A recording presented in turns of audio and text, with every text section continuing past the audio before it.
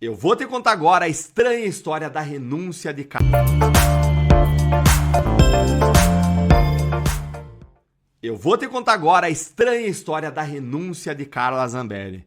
Por que a Carla Zambelli renunciou ao seu mandato, hein? O que ela, o que a Câmara e o que o STF ganham ou perdem com isso? Como você sabe, o STF e a Câmara dos Deputados estão brigando por causa do mandato da Zambelli. Na semana passada, a Câmara salvou o mandato da Zambelli, impedindo a cassação dela.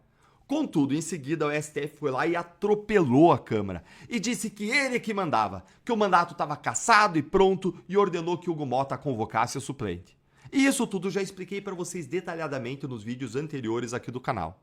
Aí, existiu uma grande pressão dos deputados para o Hugo Motta não cumprir a decisão do STF. Afinal de contas, o STF estava desrespeitando uma decisão da Câmara, do plenário, desrespeitando toda a Câmara.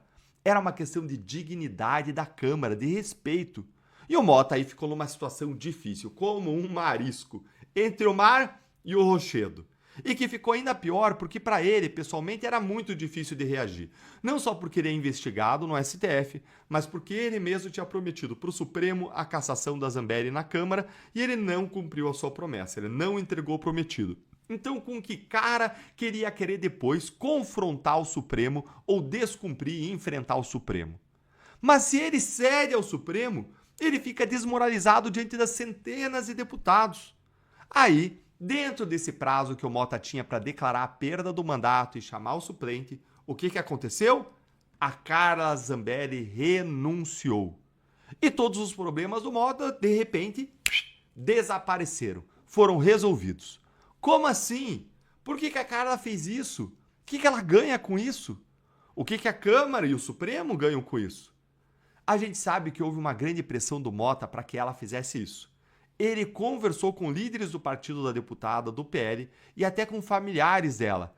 Isso tudo para que ele encontrasse ali uma saída para ele. Afinal de contas, como a gente viu, ele estava numa situação muito difícil. E ele ganhou. Com a renúncia da Carla, Motta tem o discurso para os seus colegas deputados de que ele não se submeteu ao que Moraes tinha ordenado. Sim, Motta ganhou. Mas será que essa renúncia muda alguma coisa para Zambelli?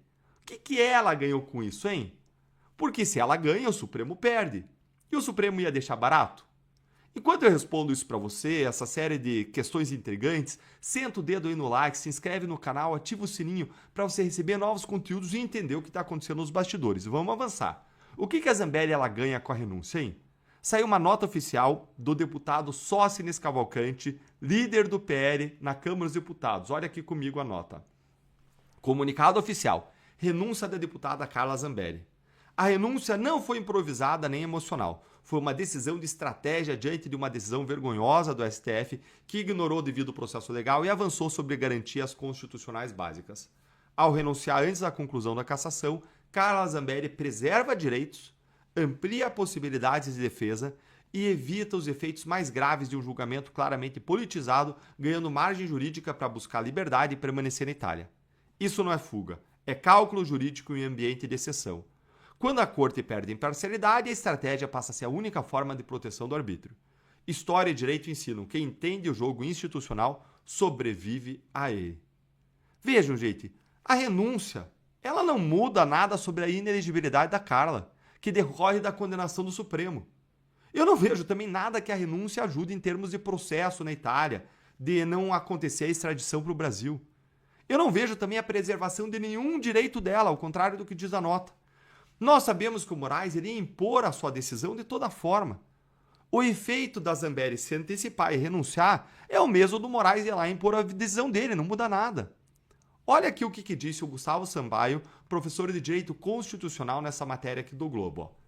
Como a deputada está manifestando a renúncia depois de uma ordem judicial determinando que, num prazo de 48 horas, a mesa diretora da Câmara se pronuncie para a perda do mandato, o STF considera inócua a renúncia da Zambelli. Com a perda do cargo e a condenação criminal transitada em julgado, ficam suspensos os direitos políticos da deputada.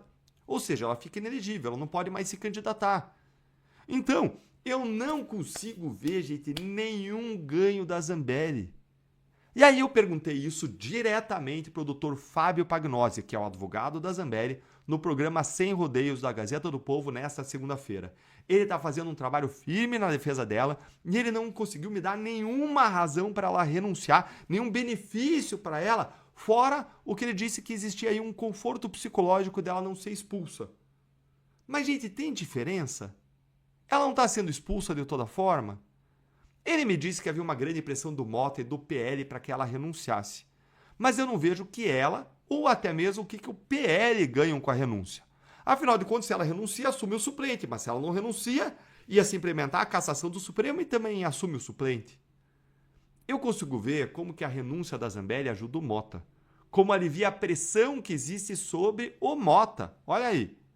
Afinal, o Mota, com essa renúncia da Zambelli, ele não precisaria cumprir a decisão do Moraes e ficar mal aí com os deputados. Eu também consigo ver que o STF ganha com isso. Afinal de contas, ele vai ganhar o que ele já ia ganhar de toda forma, né? Então ele troca 6 por meia dúzia, mas ele ganha o fim do mandato da Zambelli. Não tem um conflito institucional com a Câmara.